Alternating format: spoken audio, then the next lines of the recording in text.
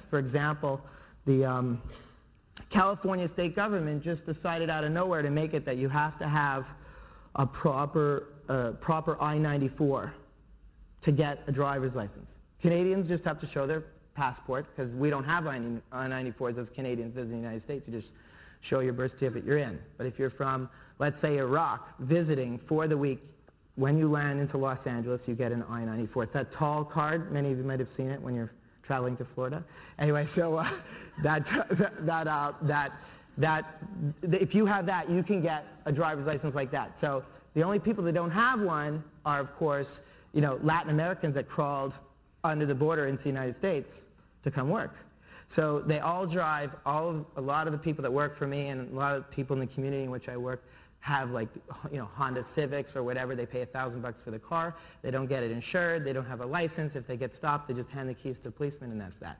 I mean, there's like there's a huge amount of inexpensive cars in East LA that and if the car has a plate that's up to date on it, you're in business.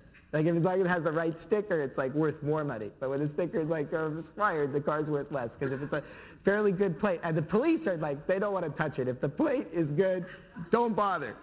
Like, believe me, if you're like in Santa Barbara, everything's nice. But downtown LA, you never get stopped. I've never been stopped in downtown LA driving anywhere. You go through a stop sign, a red light, they don't want to deal with it. Especially if you're in a Honda Civic, which is what I drive.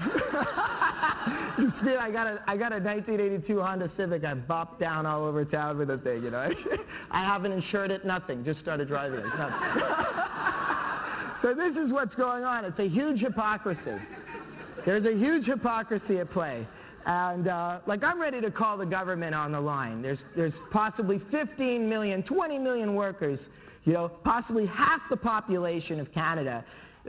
That's in the United States, and there are people without documents, and it's crazy. So we're addressing this situation. Basically, I mean, it's just part of what's going on. But we don't care, basically, if you got the right documentation that we're supposed to collect in order to get the job, you're in. And once you check into American Apparel, it's pretty much lifetime employment. We pay, it was $20 Canadian an hour is basically, I don't want to say we're paying 20 US, but we are hitting pretty much close. The average wage is $20 Canadian. And it's more efficient than a prison in China. It's amazing. We're popping out 500,000 shirts a week. I mean, it's exciting. I'm getting people.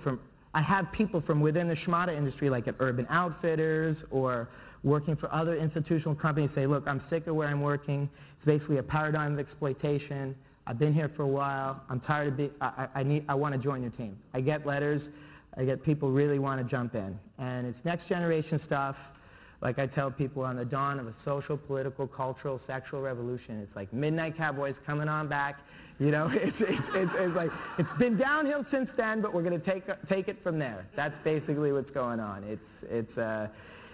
It's really exciting. And East LA is the perfect place to make it happen. The funny thing about American Apparel is that very few of us are actually American.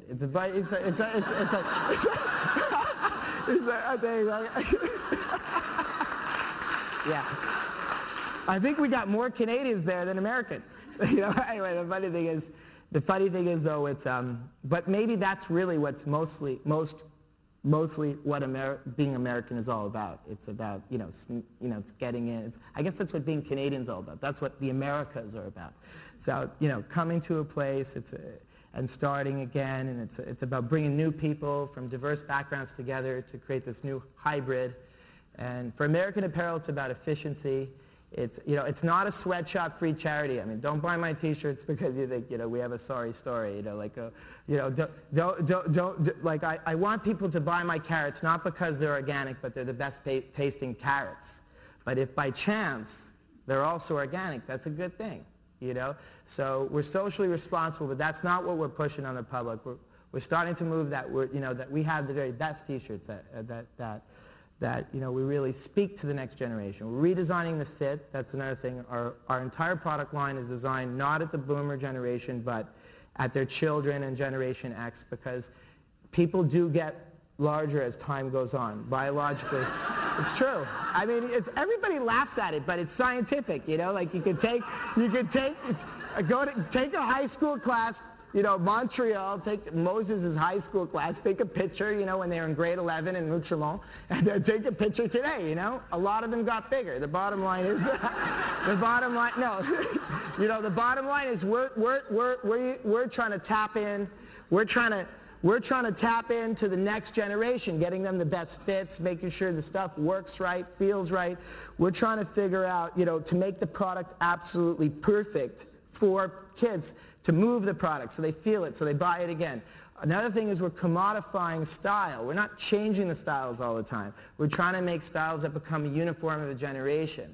Like one product in Germany, is recently in Germany, and although Birkenstock doesn't have the best workplace ethics, their workplace ethics are quite good, but not, the guys had some static with the union, so a lot of socialists kind of diss Birkenstocks. But one thing is the product, it was the uniform of the generation. People loved, when you think of sandals in Germany and worldwide, you think of Birkenstock, or Levi's 501, or there's some other products that are over the top. Doc Martens in England, you know, it's about making products that transcend time. It's bringing back modernism to clothing, you know. To change the styles all the time is kind of, it's exploitative, because if you go to the mall, like if you go to the Gap, it's like every week they got a new setup, it's re-merchandised, they got new products, the products you loved before are gone, there's new stuff, you got to try it on. It's like an odyssey of bullshit, you know. Basically though, you know, it's like there's no commodificate, like there's no memory. They draw you back into the mall. It's extremely expensive, but who pays for it? Who pays for all the malls in Burlington, Ontario, or Burlington, Vermont? They're paid for by third world workers. They're the ones paying for the urban sprawl. All these crazy malls, it's extremely inefficient. You know, I mean, think about it. Remember Levi's cords, those of you that are maybe 35 years old? Am I done? Time's up? Oh, fuck. Excuse me. Shit, I thought it was only like 3 minutes. Anyway, so, all right, that's it. Thanks. Thanks for the opportunity. All right.